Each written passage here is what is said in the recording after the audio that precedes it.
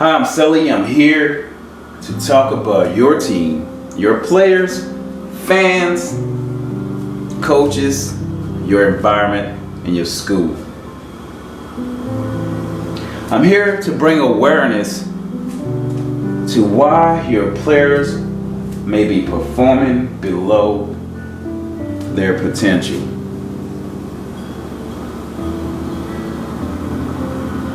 So I always like to open up by two major principles that as a man thinketh in his heart, so is the man. And above all else, guard your heart, because out of it flows the issues of life. So how we guard our heart? We guard our heart consciously. The information we receive through our senses, we have to decide if it is true or not.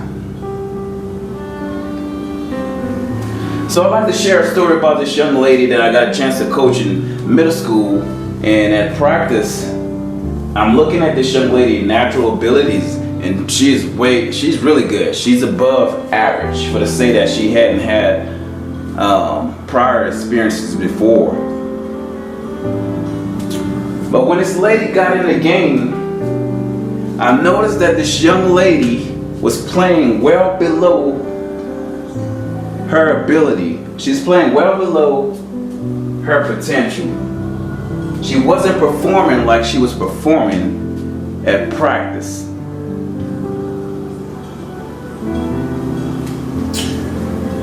So this lady get in the game, and you can see the frustrations. You can see how she performed, and it was difficult to find out what was going on. Why this lady is performing well at practice, but in the game she's performing below her potential. So when I got back to practice the next day, I talked to the young lady and I was like, why at practice you are confident, but when you get into the game, you seem to be frustrated, your performance level is low, like what's going on? And this young lady said, when I get into the game, I believe the crowd is making fun of me, they're laughing at me, and they're saying that I suck. So we can see that this young lady has a belief, and in the environment when it comes down to performing in front of crowds, she has an automatic thought that the crowd is making fun of her and saying that she sucks. So since she believed this, her emotions quickly transition into the mood to where she's in an emotional state of frustration and anger, which is connected to her behaviors. So she is displaying what she believes about herself, her image. She creates the imagination that the crowd is laughing at her and making fun of her. And just to give you a little quick breakdown with some of y'all that have not seen my videos, a belief is basically one own perception of what they believe to be reality, what they believe to be is true. And a core belief is the very essence of how an individual see themselves, others, in the world, which world mean systems. So this young lady has a belief that the crowd is laughing at her, making fun of her, and saying she sucks, which caused her to have a defeated mindset, a defeated attitude, and self-defeating emotions, which affects her performance level because she behaved based on her beliefs. And as years went on, I got a chance to coach this young lady last year in at the high school with JV. And at practice, performing well like she had been working, practicing, doing drills really awesome. And I would say it was about the sixth game, we were down in Phoenix, and then playing against a team that was bigger than us, but not faster than us. I think we were really quicker than them. And I see this young lady. She drives to the goal, shoots the layup, and miss. And I see her running down the court with her head down, frustrated. That's what it seems to be to me. And so the next time she got the ball in the corner, and there was no one in sight. She had a clean alley for an easy layup. But the lady did not take it. She shot the jump shot, and she missed. And I'm like, why you didn't go to the hole? And she looked at me in frustration. She's like, no. So the next day at practice, I was like, you had a clean alley, no one was around, but you didn't take the opportunity to go to the goal. And she said, I'm just gonna get fouled anyway, because the referees never call foul. So I say, this young lady had a belief that was based on her life experiences prior to that. So she believed in this situation, if she would have went to the goal, she would have gotten fouled when there was no one else around. This young lady allowed her belief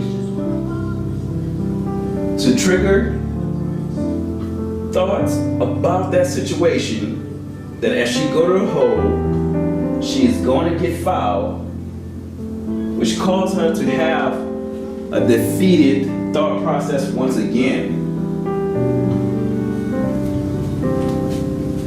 So I say to the young lady, I'm like, how do you know if you would have drove to the goal when nobody else was around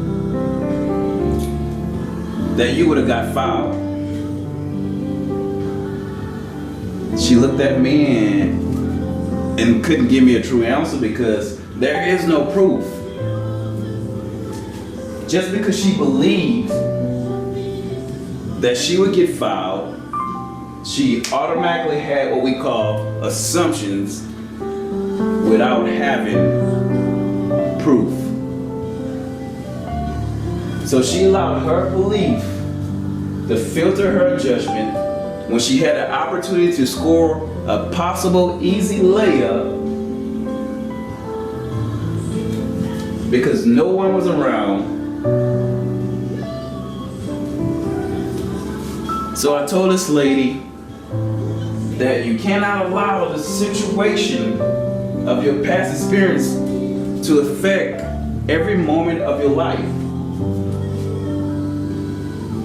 And we know that, and I'm going to say this, whenever situations or circumstances cause you to be frustrated, like her going to the hole and she believing that she's going to get fouled because she got fouled before, this is frustrating if the referee doesn't call anything. So, true players, player makers, and dominant players turns those frustration into motivation and let it fuel them to be more dominant. They do not allow any circumstance to stop them from doing what they're gonna do. They make it a war. But for most of us, we allow our thinking that is connected to our belief to get us frustrated to where it breaks us down. And so we create repetition as the season goes on and our performance level stays low. Another situation I've seen with this young lady, that at practice she made a move, boom, drop step, hook, nothing but net. So this young lady was in the game the next day and was getting a block shot because she never got a chance to develop over the years to work on her ability. So that move that she had been doing since middle school didn't work for high school. And So all of a sudden, I seen her do a drop step, sky hook, nothing but the bottom of the net. And at practice, I told her that's an awesome move. I said, you should use that move more often. This young lady told me, I look stupid doing that's a stupid move. I was like, where'd that come from? How that's a stupid move? NBA players use this. Been using this for years. It's unstoppable because when you shoot the hook, you're keeping the person on the inside of you, so they have to go through you or around you to try to block your shot. It's an unstoppable move after you master it. So this young lady said that her mother told her she looked stupid doing it. So within her environment, the people that were speaking into her life caused her to believe that she looked stupid doing something that could have been beneficial to her during the whole season.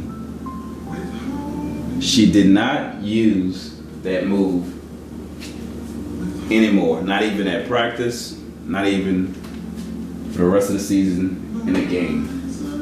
So there's just some things I want to share is that there could be a reason why your teammates are not performing to the best of their abilities because they have a belief that is affecting their performance level. It could be something that's dealing with their teammates. It could be something that's dealing with your coaching style. It could be something that's happening at home that is causing them to believe a certain way and think a certain way. And we know that as a man thinking in his heart, so is he. So it's going to trigger emotions based on that belief. It's going to affect their image. It's going to affect their will.